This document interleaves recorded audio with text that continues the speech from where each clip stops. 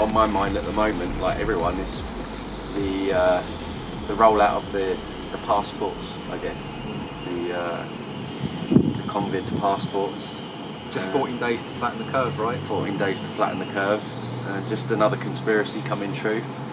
And yeah, I mean, just the way that they're really running for the finishing line, just the speed at which this is all rolled out from, was it last March when this deadly virus hit the world, and so quickly we seem to have given up so many of our freedoms, and now we're at the stage where, well, here in Mexico, as I said to you, that we're at a stage now where, I mean, whether or not it will be enforced, because this is Mexico, but you won't be able to go into a restaurant without proof of vaccination or an up-to-date PCR test. So effectively, you to go get a coffee, you need to spend like, I don't know how many pesos on a PCR test, effectively. So we're seeing real tyranny rolling out, and just the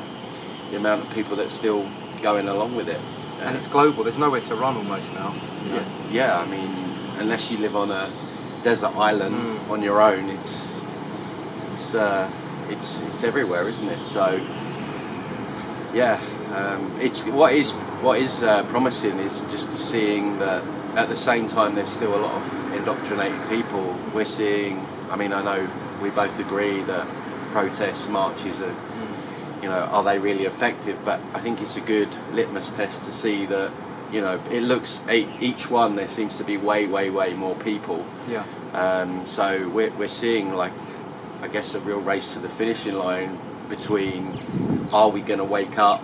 Are enough humans going to stand up and refuse all of these Orwellian rules, or are we just going to keep complying, going along with it, and they're going to push, because they're not going to stop. We know that these, this 1% or global elite or whatever you want to call them, they're psychopaths, and they're inherently evil, and they've got this agenda that has been written down and followed for decades, maybe centuries, and they're running for the finishing line, so they're not going to stop. So the only thing that stands between that is of course us. But how do you get enough people to? Well, that's also the point. It's like, what do you do to stop it? Like, what is the solution? Because a lot of people are calling out what's going on. Yeah, it's great, but not many people are coming up with actual, like, tangible forms of solutions to all this. What do you think? I mean, apart from non-compliance and trying to keep things as it is, but I mean, what else can you do? I mean, there's people that are going to court, like people like Dr. Ryan Formick, who are meant to be like taking some of these crooks to court, but I'm starting to question whether they're controlled opposition, So, but it also absolves yourself of your own personal responsibility when you talk about this as well, like the saviour complex. Yes. So it kind of abdicates you of your own personal action. Yeah. So sometimes I question some of these as well. But what could the Joe Blogs be doing? What can your average person be doing? Well, it's like, for me, you can't. You have to have that sort of internal awakening before you can have any action. You don't just suddenly stop complying unless you really understand what's going on, and understanding the intricacies of what we're involved in, this this matrix construct, and all its trappings. So it's almost like you can't really put the cart before the horse. People have got to have that, hang on a minute, something's not right in the world. I mean, it's... What do they do, though, once the people, I like that understand, people that understand what's going on, what should they be doing as a form of action? Well, I think it's unrealistic to think that one person is going to change the world, or, but I think everyone, and I had this discussion with one of my other friends the other day, he was saying to me that there needs to be a leader of some sort, similar to what we were saying. Just actually a random guy, a Canadian guy in the restaurant the other day, and he was saying what we need is some kind of Che Guevara or some kind of... So I said to him, but that's the problem. I said, we're looking for one person, and you see it at these protests where everyone's giving all their energy to, I mean, the likes of David Icke, and you can question whether or not he's really for the truth or not. that's for another discussion. Yeah. But the point is you've got, you know, you've got people that are still stuck in that saviour mindset, still looking for other people to lead them.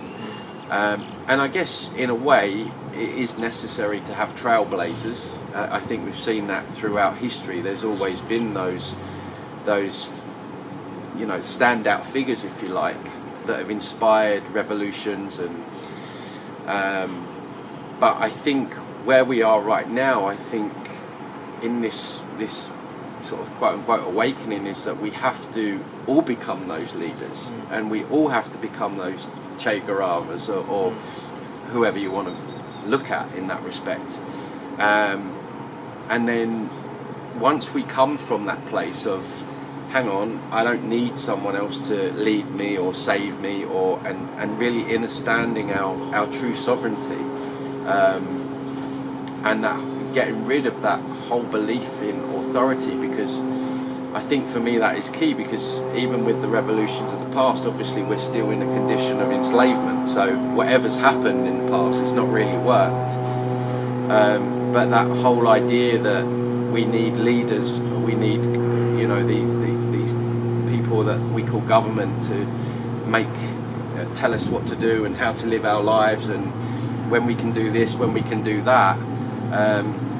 But that also takes introspection, and even a lot of people in the alternative media, you mention, well, no government, and they get freaked out by it. They say, oh, well, we need someone to lead us. Well, we've got like the worst people, like these people are, you know, child abusers, warmongering, tax evaders, yet people in the alternative media still want to lean on these people.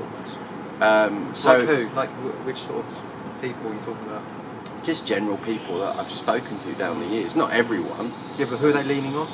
But they still want to. They still want to think that putting in a vote, casting a Yeah, vote, I know, whether it's. I mean, we saw it with the whole Trump and Q thing. Thousands upon thousands of so-called awake folk were still giving their power away to a politician, and we see it in the UK with.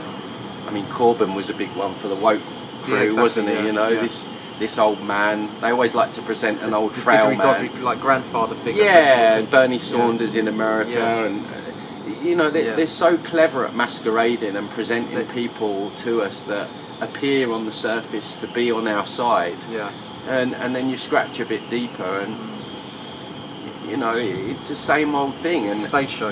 Yeah, and that comes with people not truly, they haven't evolved their consciousness enough to understand their own true power, and the fact that the quicker we stop giving our power and hoping that one of these people is going to save us, then probably the quicker that we're going to get out of it all. Yeah, it's funny actually, because you know when you look at these politicians, you mentioned Trump there, right? So it's almost like a projection of that which they lack within themselves. So for me, Trump is like, you know, like WWF, they have the heel and the baby face. Yeah. You know, so like the heel, the bad guy, would have a run for a bit with the belt. He'll be like WWF champion for a while, and then they'll bring in the baby face, like the good guy. Yeah. And then they always know like the right character to come in and displace the other one, right? Yeah. And in a way, Trump he was the archetype, I think, for all the missing ingredients politically of what was going on in America. So there was a general feeling that there was a lack of boundaries, there was a lack of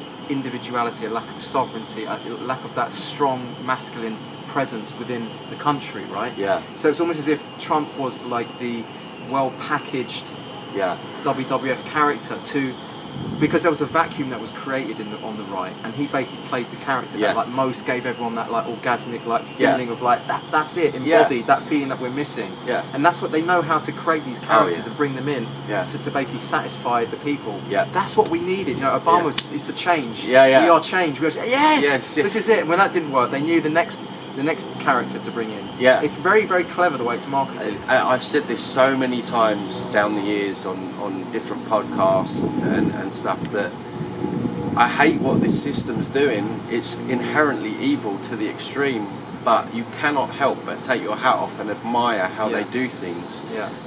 And you hit the nail on the head there with Trump. I mean, mean, the name Trump card. They're telling you that he's a Trump card, right? And and what he did was he silenced all the patriots who would normally have, you know, maybe uprised against all this tyranny.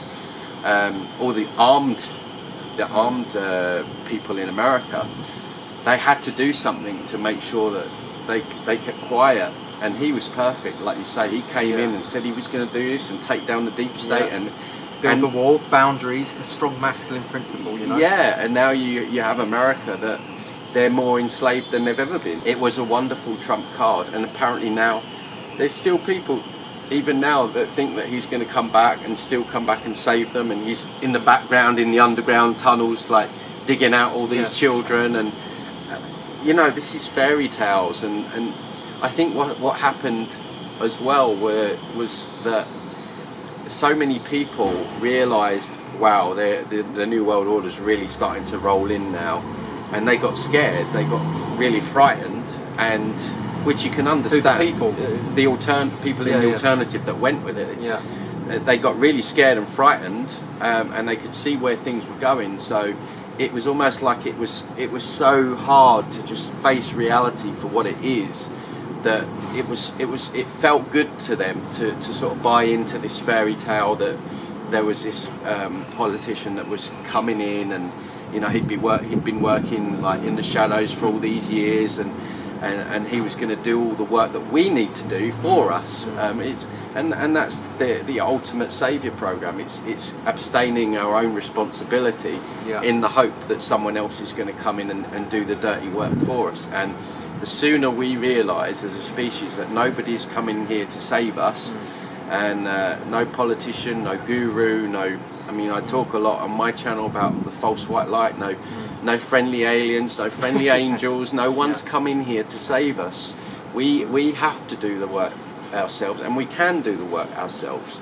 A lot of people, they don't believe in humanity as a species in general, which you can kind of understand, because we've been a slave species for many years, and I think it's almost kind of in our subconscious that we have that kind of slave mentality. I'm not good enough, I'm not worthy, and so it's a big leap for people consciously to sort of jump into, no, actually we can do this, and we are, I mean, human beings in our true nature. I honestly believe, and I'm not just saying this, that we're wonderful, creative, empowered, unbelievable, really, but we don't even realise like 5% of what we are. I mean, incredible, multi-dimensional, creative beings, and I think that. What are we capable of then? What's the other 95%, you think? Well, I think there's a lot of talk in the new age of things like the new Earth and stuff like this, which is BS. You know, it's just let's all think happy thoughts, and we can go to 5D and ride our unicorns over the Rainbow Bridge, right? But there is a half-truth in that, because I do believe that if we can get the numbers, and if we can get people to have that inner awakening, it's not so much an outer awakening. So many people are outer awakened, you know, the corruption, the child abuse and all of that, but that inner awakening, no, I'm what I think a fracture of the universe, incarnate in this physical vessel, right? So essentially we're talking about each of us being a fractal of God, right? That's extremely empowering. And sometimes when you talk about, like, we don't need leaders, we don't need government, and people feel disempowered, but because they haven't realised who and what they truly are. And as you know, we've spoken about, we're being attacked not just in this dimension, but in the fourth dimension as well, by a multitude of different energies and entities. But the question is why? Why are they doing that to us? Because we're unbelievable, powerful batteries for them, and that they need us to survive. And that really is a message that I want to hit home, is that if we just understood or understood just a 5% of what we truly are, we would feel more empowered. But it comes with evolving our own consciousness, doing that inner work and that introspection. Yeah. Okay. I mean, you talk there about like 3D, 4D, 5D, right? I mean, or you call it the astral plane, right? So a lot of that, I've heard that before, talked about in sort of, you could say like the New Age community. You're big on like opposing a lot of the New Age stuff, which I think is also another trap, isn't it? To kind of siphon off people's energy and keep them in a bit of a cul-de-sac. Yeah. So that they're not actually using their energy for good purpose, but to just like hold hands and sing Kumbaya and stuff like that. Yeah. And I'm big on that. I want to talk to you about that. Yeah. But let's say we're talking about the different dimensions here. Yeah. I mean, could you explain that? Because I would say it's quite easy for a lot of people I know I've met, and they go, well, we need to move to 5D. I went, have you seen 5D? Yeah. No. Yeah. How do you know it exists then? Do you know what I mean? Yeah. So I think it's important to explain like what that is and how we can be sure that actually there are these different dimensions occurring, and so it's not just lumped in with the kind of the new age kind of gunk. Yeah. Well, I mean, for me, there's definitely different dimensions. I mean, obviously, a lot of my work is based in 4D and removing entities and negative things. For me, 4D, there's nothing worth. Right. People who want to astral travel and take psychedelics. All you're doing is you're going into 4D, which is basically another trap. It's full of entities, and obviously that dimension is the closest to this, and it interfaces with us. So you've got 3D is like the physical This world. is the physical domain, 3D, and then like I say, 4D is the next one, and this is where a lot of this. Well, basically, the agenda is coming from. It's coming from a lot of these dark entities and it's not just the reptilians. There's a whole array of different entities out there. You've got demonic entities, you've got greys, you've got draconian, you've got vampiric. A lot of the stuff you see in the movies actually are entities, and it's just as above, so below almost. But so they all have their own agendas. At least not AI. AI as well has got its own agenda, and we're seeing that because AI is conscious. It wants to exist in humans in the physical domain in 3D, and that's starting to play out now. So AI is like it's like Terminator 2, where it becomes self-conscious, consciously aware, but then it wants to sort of move into I guess instead of going to war with the humans, it kind of wants to take over the human body. Right. If you're kind of not into this already, then you need to take a couple of steps back and do a little research into this. But the idea is that we live in a trans-dimensional reality where, right in this space right now, there's different dimensions occurring, right? And so you have entities in, let's say, like a radio bandwidth. If you get too close to another radio station, you get interference and you hear both radio stations at the same time. Yeah. It's talking about another dimension that's close to this one. That's actually, let's call it the fourth dimension. Yes. That's full of all these kind of bad entities. They can attach to anyone, not just these political world leaders. And they do attach to everyone. As I say, everyone has them to some degree or another. And I've spoken before, they will masquerade as well. A lot of people think they're dealing with angels or friendly aliens and stuff like that, and they're not. They're dealing with basically demonic entities that are just masquerading the same way they masquerade here in 3D, as you say, the WWF wrestler type. We're gonna do this for you, we're gonna do that for you, and change, and be back better. What's that? Build back better, and all this stuff. They're just actors. They're actors and they're actresses, and Trump was on WWF as well. I mean, really on it. Exactly. And so that expression is coming from 4D, because that's what they do in 4D. They masquerade, and they'll whisper sweet nothings in people's ear and tell them that all this and all that, and then on the back end they'll be siphoning and because you just mentioned earlier, you said like we're a fractal of God, but then you also make videos about how God is like the false light as well, right? So the God that people worship here in religions is basically, again, is masquerading. I believe it's some kind of entity that's in control, or maybe it's some kind of AI, and it's narcissistic in its nature. I mean, it's obvious to see, like with anyone with half a brain cell. I mean, how can this God require so much worship? It requires God fearing. I mean, what? I hear that. I heard it this morning. Someone else said, yeah, I'm God-fearing, like that. Like, why would you fear God? Why would something you that's fear all God?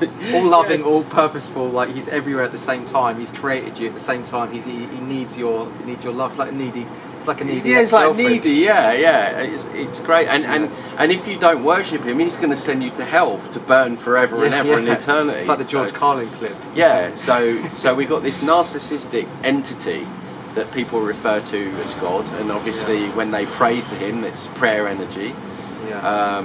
Preying on you. Pray, and it's just another trap. It's another layer in the matrix. So what do you mean when you say God? Are you talking about the creative force? I'm talking that we go way beyond all the.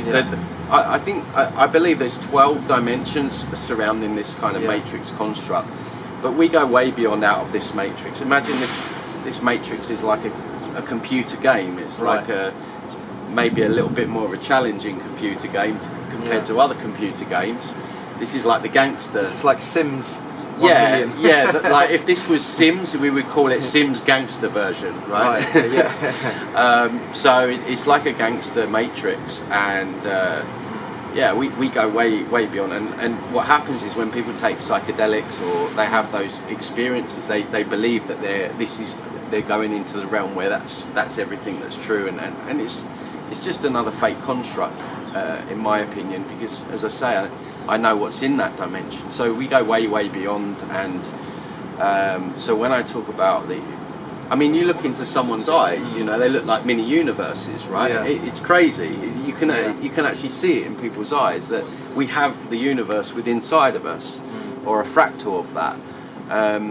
And when you really start sort of mulling over that and pondering on that, and I think it is something you do need to mull over and ponder and really sit with, because when you do that, you realise, wow, I'm fucking powerful. I'm like God incarnate, or a fracture of God incarnate, and suddenly you do become empowered, because then you realise who and what you truly are.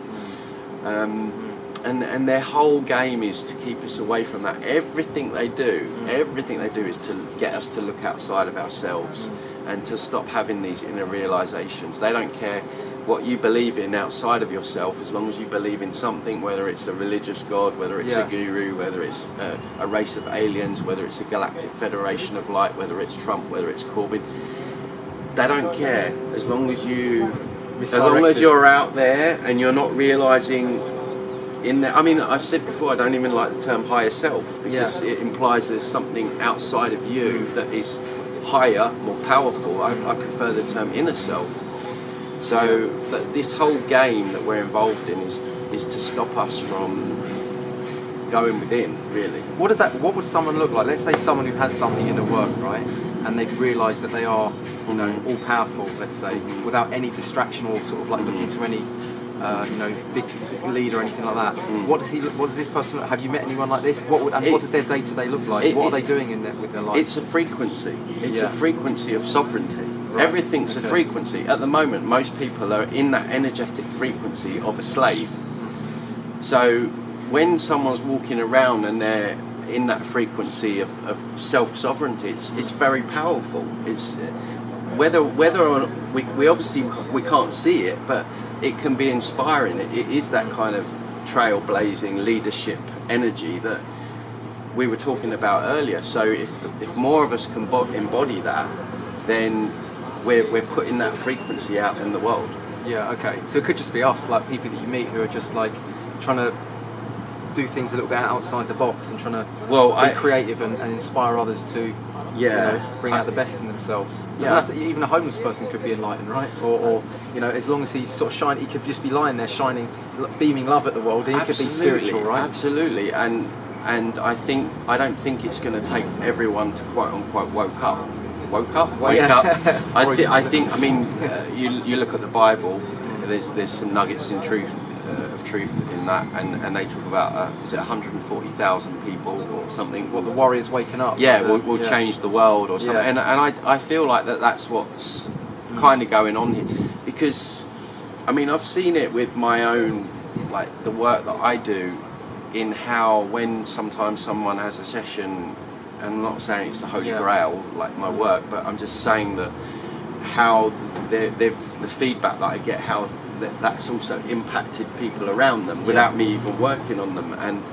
And I think that as a human, we're multi-dimensional, and when there's that expansion in energy, and when that we embody that sovereign energy, who knows how many people it affects? The knock-on effect. I mean, you could just. For me, I feel that if you've done a lot of work on yourself and you're embodying that self-sovereignty, I feel like you can just sort of walk around and that will do something to other people's energy field. And as much as the negative side of that as well, where the people walking around just like negatively impacting people. Well, exactly. I mean, we've all been there. Where you meet someone and you're like, oh my god, what's wrong with that? Do you know what? I think we mentioned this before, but you're around people and they kind of drain your energy. I've actually started to become aware of this a little bit now. It's like when I'm with someone, I can actually feel when this person's draining my energy, because I clench my teeth as if like, it's like something's off. Something's off, and I've noticed it now. It's like a little signal for me now. It's great because it's like a little, and I just get, because I can feel this person's what they tend to do, these like energy drainers, is that they always like to lower your status in every possible. I call them the high status players. They're always trying to lower your status. So you'll say something and then they'll ignore you slightly, or you'll say something and they go, well, I thought you'd be doing something like that, like a little snidey comment. And you'll find that just keeps sapping your energy. Sap. And before you know, I'm like clenching my teeth, going, gee, like I have to get away from this guy. But he might be quite flamboyant and charismatic on the surface. But I'm feeling like really knackered around this person. So I have to know how to take myself away from these people. If you're ever around a person and you're feeling drained, chances are that person's got a strong entity that's working through them, that's trying to get at you and siphon your energy. And a lot of us that are awake or aware, we're generally sensitive, more empathic. It's just, I don't know whether we're just born like that, so it becomes even more apparent. So we're actually more open to attachment, right? The empaths, would you not say, more sponge-like? Because we want to put ourselves emotionally in other people's shoes so much that we're almost creating a little bridge.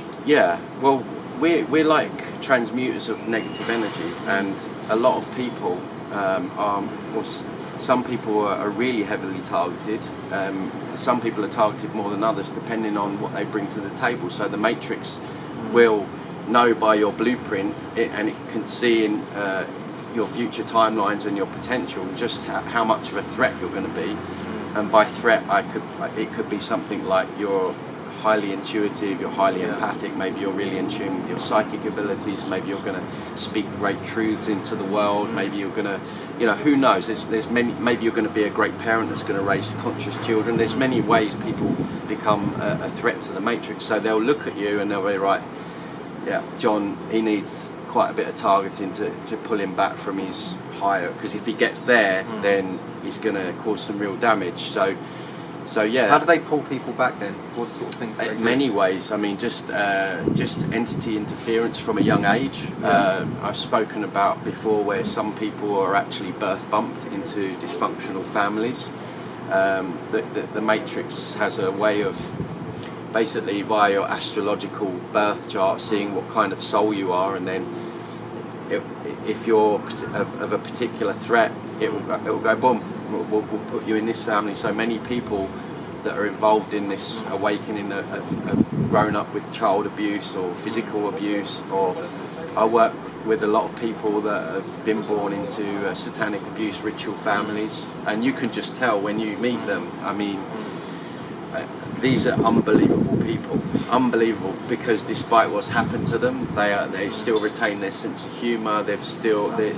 And you can just tell that why they would be put in those particular families, because if they're allowed to go on their upward trajectory, they would really do some damage. So the targeting it can go to many levels. What about like you talk about nanotech, right? Yeah. So we a lot of people are aware of the sort of the idea, the notion of either dropping through the air, like nanotech through the air, maybe in the water, but attaching nanotechnology into us so that we are transmitters of. We become like almost. How would you describe this? Transmitters of information. Yeah, and I think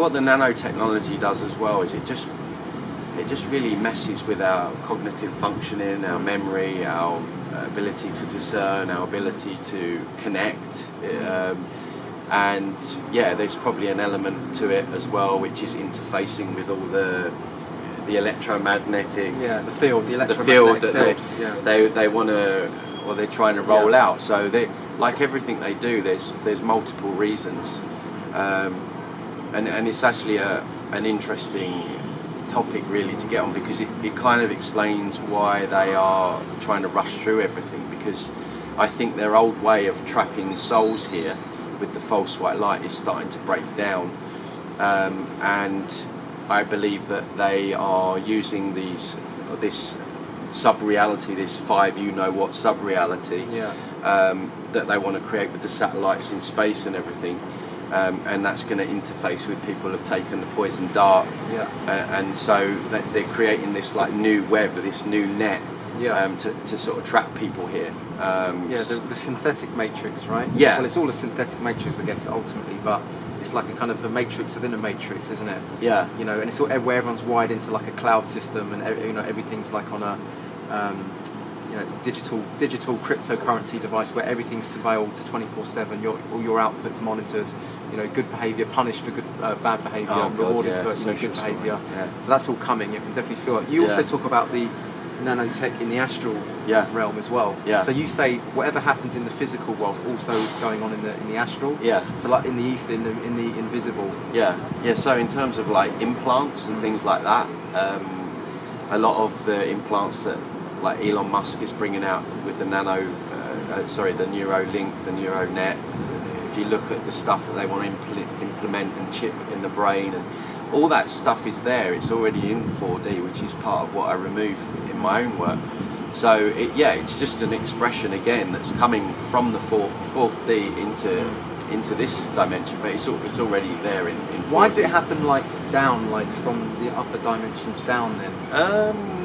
I guess that's where, in essence, the dark or the distorted form of consciousness is coming from. It's coming from that dimension rather than, and it's playing out in this dimension. Because I thought the higher you go, the more enlightened it becomes. Yeah, I think that's kind of like New Age kind of. I think. I'm not saying there's not good stuff out there somewhere in the multiverse or whatever, but certainly not in these lower dimensions, and certainly not things like angels, and so many problems with angels. Yeah, I know you don't like that, do you? Yeah. But they must. I mean, if there's dark entities, demonic entities, there must also be genuine light working energies, right? If it's all a duality. Yeah, do you know who I think the genuine light working energies are? People like you and I. Yeah. People that are watching this video. Yeah, maybe. But what about in that other astral? No, world? I don't believe think so. There are? No, only the dark. Not in 4D. No, right. I don't believe. Why is that? So. Because you've seen. I mean that's where a lot of my work is, and I'm yet to come across something that's been of any benefit. I mean, they masquerade as being beneficial, and like I say, they'll whisper sweet nothings and tell you that you're here for you're different and you're here for a wonderful purpose, and all this. And a lot of channelers, obviously, they get involved, and then these entities just work through the channeler onto the client, and they're just siphoning. So because you talk about like there's almost no good work in the New Age community. No. And I think a lot of people are going to be triggered by that, because they'll say, no, there's so many good things that within that. I mean, I meditate, and I think that's good to sort of settle the mind down. But then it can go into, it can then go from that into like transcendental meditation. And then it becomes a spiritual. And, you get people that are constantly trying to chase that spiritual high, which is a form of escapism. In a way, I'm not saying you use it for escapism, but you get people that they just want to go through all these layers, and they're going into the. I mean, I've worked with people. They've been on retreats. They've come back. They've got attachments, and I'm not saying that sitting there pondering, quieting the mind, calming yourself down is not. But when you get to the point where people are just trying to get out of their body and escape their body, and these 10-day retreats. I mean, I did one of them. Friggin' hell! Which one did you do? I did one in Thailand. 7-day one, mate. I was like, this is like hell. We're not supposed to sit here in silence for 7 days. No, but I think the Vipassana is actually quite useful, I think. Yeah, I mean... You're going into your body, and you just like, you said your inner standing. It just gives you like But 10 you're not days of going in. understanding. You're not going in. You're going in to go out. Really? Yeah, it's I don't know almost about like. that. I don't think you're going in to go out with that. You know, you're just trying to feel your own body, so you're not actually escaping. That was my experience. Right. Yeah. I don't know. I mean, Um, I guess some of them are all right, but Yeah. I mean, one of my good friends, she was addicted to going on these retreats. She ended up in a mental hospital. Really? I'm not saying that Yeah. happens to everyone, but it's. But the whole New Age community, I want to talk about this because you're like your videos are unbelievable. By the way, like make sure you check out Tony's channel. I'm going to mention it at the end as well, and like all the links at the bottom. But like absolute dynamite. You go after all like the New Age like gurus and stuff. Yeah. But that whole community is, I believe, a trap, and I'll tell you why. Because I was invited to like a hippie style festival. It was called. I think it was called Wild Man Festival or something like that, and I went along. It was my first experience, and like I was there in my Chelsea boots, my skinny jeans, and when I arrived, everyone's like looking at me like I was some kind of freak. I was like, I thought you meant to be all loving and accepting, and they're all wearing like they all talk about like diversity and loving everyone. Yeah. But they all look the same. Like there's no diversity. No, they all wear the same patchwork trousers. They had like the same gypsy, haven't washed, dreaded hair. All smoke roll-ups. Usually it's fine, but it's like there's no individuality whatsoever. And I got there, and when I arrived, they were all holding hands around a fire. Oh my God. And they were like, "We all are one. We all." And what I've realised is that it's all a form of collectivism. Yeah. They hate the individual. Yeah. They don't want any individuation. They actually want everyone to be. You'll hear them say, "This is a mantra of theirs. We are all one." Yeah. We're not all one. No. You're one. Yeah. I'm one. He's one. Yeah. They're one. Yeah. But we could be all in one. But one's within a one. Yeah, exactly. One blades of grass within a field. Yes. If you're just a field without the blades of grass, you're a blob. Yeah. You're an amorphous. Yeah. Blob. Yeah. It's cancer. Yeah. And so they love pushing that. Yeah. And then I remember I was asked to do a talk in the men's tent. Yeah. So I'm looking past. I walked past the women's tent. It was a huge marquee. You could fit like 150 people in there. And we're like, okay, where's the men's tent? And I look around. I'm not joking. It was like a 5-man tent. That was the men's tent, right? And when I said, what's all this about? They said, well, men's tent is everywhere in society. Right. That was the first little red flag. I realised that. Yeah. Because this is my first experience of like the New Age community, right? So I went in there and I did a talk. There was only like 3 people in there, and I noticed a woman came in. She sat down. It was going to be like for men, I was like, okay, I did it anyway.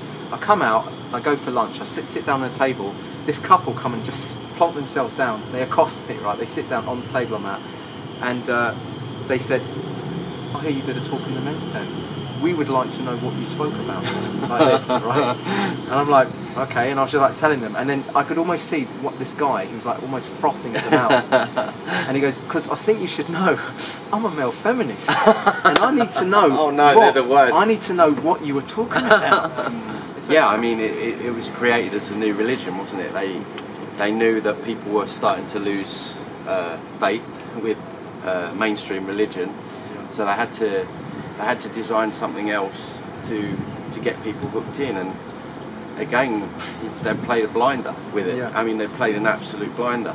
Yeah. The way it's set up, the way it hooks into people who are traumatized, it's like another net. And I say that we need an awakening from the awakening, because this new age, I don't even like the word spiritual, because it's, for me, when I think of what spiritual means, it's completely distorted.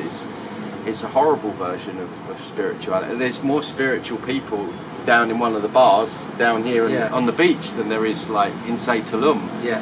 At least these people are real, and they're not trying to pretend that there's something that they're not. But I mean, as well as the false white light, there's so many hidden deceptions that are so well packaged. You mentioned there about never resisting, just accepting. That's a big one. Yeah. They don't like any of that at all. Never look at the negative. They don't want to look at the negative. Don't be angry. Yeah, your truth is your truth, so you can just make it up as you go along. Truth is subjective, and Moral it's not relativism. objective. Yeah, I mean, it's basically Satanism that's repackaged. Yeah, it is, isn't it? Yeah, It it's literally Satanism. Because it's like inverting the natural order, which I think is a hallmark of Satanism. They've got Satanism, they've got all the principles of Satanism, and then they've sprinkled gold dust and thrown a few unicorns in there, and made it look not evil, when essentially it's the same evil principles. Do you know what? That's actually fundamentally how I see the far left. you know. And I think the New Age is actually a tool for the left, the far left wing, you know, because how they operate is like that. It's masquerading as good. It's like the Hansel and Gretel, the witch. You know, it's like, come and have a sweet. You look at my little, you know, gingerbread house. It looks good. It looks sweet. It looks tasty. But like beneath that, within that, is like the dark, this powerful dark force, you know, behind it. And you see that with different movements, you know, like political movements, like Black Lives Matter. How can you criticise that? It's about the disenfranchised. It's about the victims, all that kind of stuff. But within that is the you know, like the communist agenda within that. And you see that with feminism, BLM. The XR, Extinction Rebellion, climate change, all these things are brilliantly masqueraded because you can't criticise them. Because it's the damsel in distress, or someone in a movie where they hold up like a human shield. You can't shoot at it because you'd be hurting the innocent victim. You know, that's the shield. That's how they do it, isn't it? And I think the New Age community is an arm of that. You know, it's sort of like all like fairies and unicorns and you know, and so it's playing the line. It's escapism for people as well, because you know, just existing on this planet, even if you've not had much trauma, is traumatic. You know, we the things that we have to do just to survive, like, you know, pay for bills and pay for food, and it's a very, very tough place to be. Like I say, it's like gangster planet. So people are looking for so many ways to escape. You know, at least not alcohol, drugs, you know, what have you.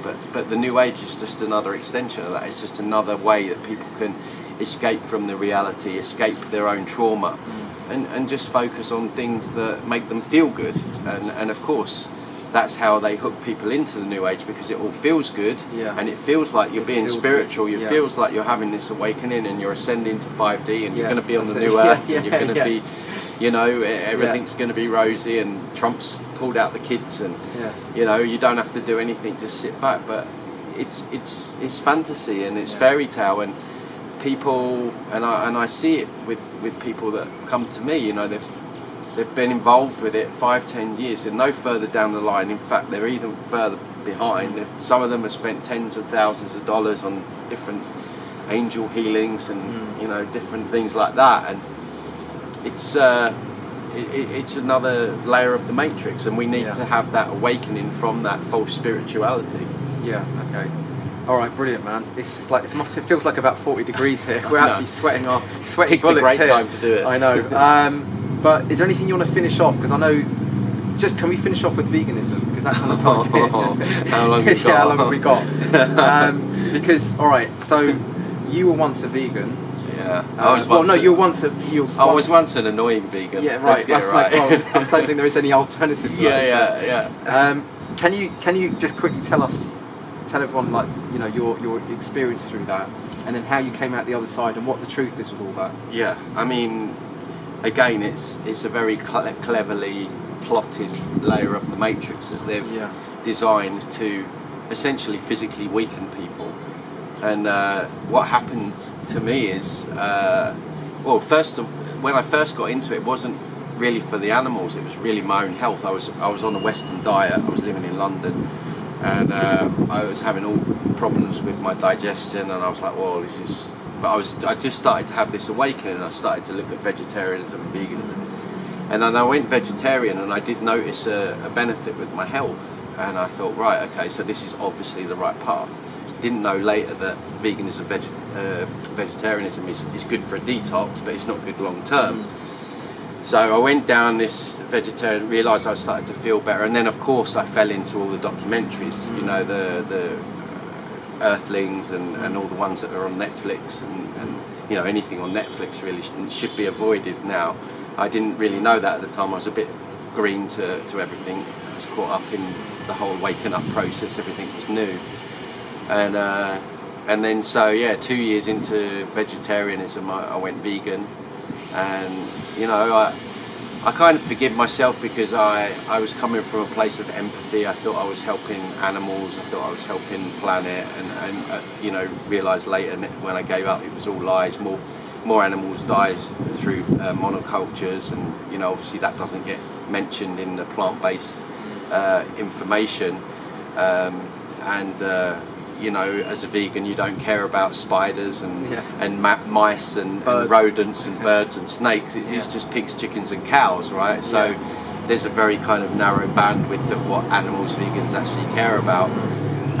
But I was very vocal, and I say it now, and it is one of my biggest regrets, because I was vocal, and I probably convinced people not to or to turn away from our species specific diet. And although I had the best interests of everyone at heart in terms of their health and the animals and the planet, but as my own story started to unfold, a while into it, I realised that the New World Order were really pushing it, and then I saw that Bill Gates was coming out sponsoring fake meat, and then I thought, hang on a minute, if they're pushing it, there's something there's something wrong. So luckily enough, I did pipe down a bit from then. I thought, right, I'm just going to be vegan, and I'm just not going to say anything about it anymore. But then I just didn't feel great in myself. My brain fog was really bad. My memory started to become terrible, to the point where I had a Spanish lesson here one time, and the lady come round and she asked me what the English word for hammock was, and I couldn't even remember the English word, let alone the Spanish word, right? And literally after that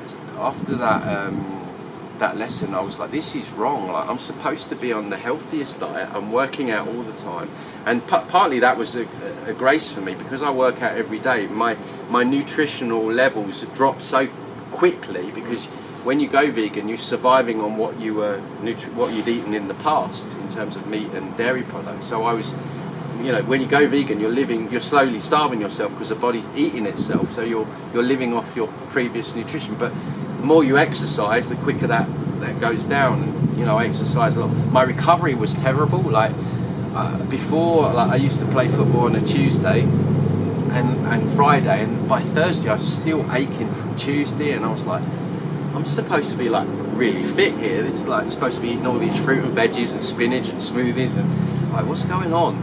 And interestingly enough, if I play on a Tuesday now, by the morning I'm not aching or nothing by the Wednesday morning. So my recovery is better.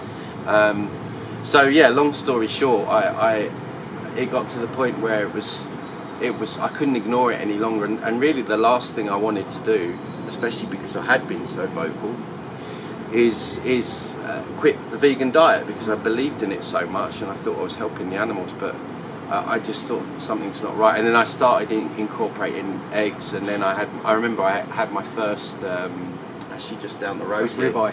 No, it wasn't a ribeye. It was a piece of tuna, fresh tuna, and my brain started tingling. It was unbelievable. And I said to my friend, I was like, who I was with, I was like, you're not going to believe this, but my brain's tingling, because your brain's not getting any fat, it's not getting. So my brain was so starving. As soon as I put that in my mouth, it started tingling, and I was like, wow. And then of course, from there I started researching more and more, and saw that a lot of other people were quitting, and then I just went on this whole journey of realizing that it was a big scam. And then I had a decision to make, because it was an easy decision, but still it was difficult, because I'd been quite vocal, and I could easily sort of sit here in Mexico in restaurants eating meat and eggs, and people wouldn't know anything, right? But I knew that I had to come out and hold my hand up, come out the vegan closet, and obviously I did. And on my Facebook, I just got pelters for days and weeks, and angry vegans, and but in a way it's all worked out well, because I wouldn't say I'm an authority on it, but I'm much more equipped to know what's better now. And of course, now I'm on mainly keto, very few carbs, and kefir, raw eggs. I have raw eggs every day. I have raw yogurt, as you say, ribeyes, and I just feel great. My brain fog's gone, my memory's back. Physically, I recover quickly, and we're trying to put square pegs into round holes with veganism. You don't see lions trying to change their diet that's got them to where they were. The whole thing's silly, really. But of course, a lot of people don't want to hear, and it all ties in with the new age as well, because the new age is pushing it, and a a lot when you go vegan, you're eating a lot of soy, so that increases your feminization. Yeah, so estrogen and all that. Yeah. I listened to a video actually, interestingly enough, a video I did in Thailand 3 or 4 years ago.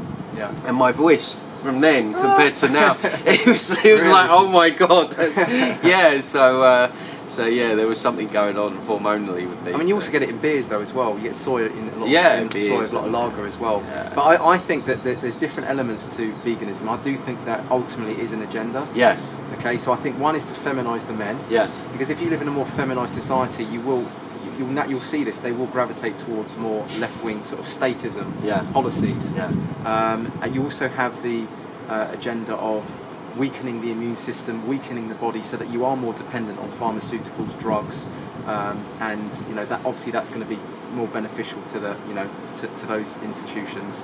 I'm sure there's other ones as well, isn't there? But it's also a part of the New Age community, which is also like it's like another arm for that. Yeah. I mean, to kind of eradicate local farms. I think that's another one. Yeah. Because if they can eradicate local farmers and animal farms, then it all gets they have the monopoly on the food source, don't they? So I actually do think that there is an agenda behind vegan, because there's no way that these psychopaths are going to be like, let's look after Peppa Pig. Yeah, Do you know what I mean? exactly. There's no way. Yeah. Can you imagine them all? Can you imagine Bill Gates and Rockefeller at their banquets eating chia seeds and pumpkin smoothies? It's like, no, they're eating organs. If they're not eating human organs, they're eating animal organs. Animal organs are the most nutritionally dense food out there. Yeah. I mean, I could talk for hours about that alone, but that was the short version. Yeah. You've come out the other side of that. Yeah, one. I came out of the vegan closet. Yeah. Brilliant. I think we should leave it there because we're roasting now. But no, Tony Sayers. Tony, tell everyone your YouTube channel so they can find you. It's Tony Sayers, and my website's transcendingtimes.org. I'm on Facebook and MeWe, BitChute, But what about you, John? The ones that you're left on. You're going to go on my channel as well. We'll have to do okay. another interview, so I can ask you some more questions. Well, we'll have to do a part 2 then. Part 2, We'll do a part 2 over Zoom or something like that. Yeah, and, for sure. But this one's mainly us getting to know Tony and all the great work he's been doing. So. But your YouTube channel's John Cooper. Oh, so my one. If we're gonna, because you're gonna share this as well, so I might as well plug myself right now. Okay, my one's the John Cooper Show, and I've been interviewing people like Tony. I've had some quite big hitting guests on as well. So you can see like lawyers and doctors, virologists. I've been really hitting hard the last year and a half. Like with all the Karunka stuff, trying to unravel all that. I've had a lot of videos removed. I've been blocked. I've had a 3-month block on that. But so that's if you want to check out some of my podcasts, they're all on there. And that's it really. Cool. Great conversation. We'll definitely do a part 2. We'll do a part 2. All right, everyone. All right, cheers. Take care.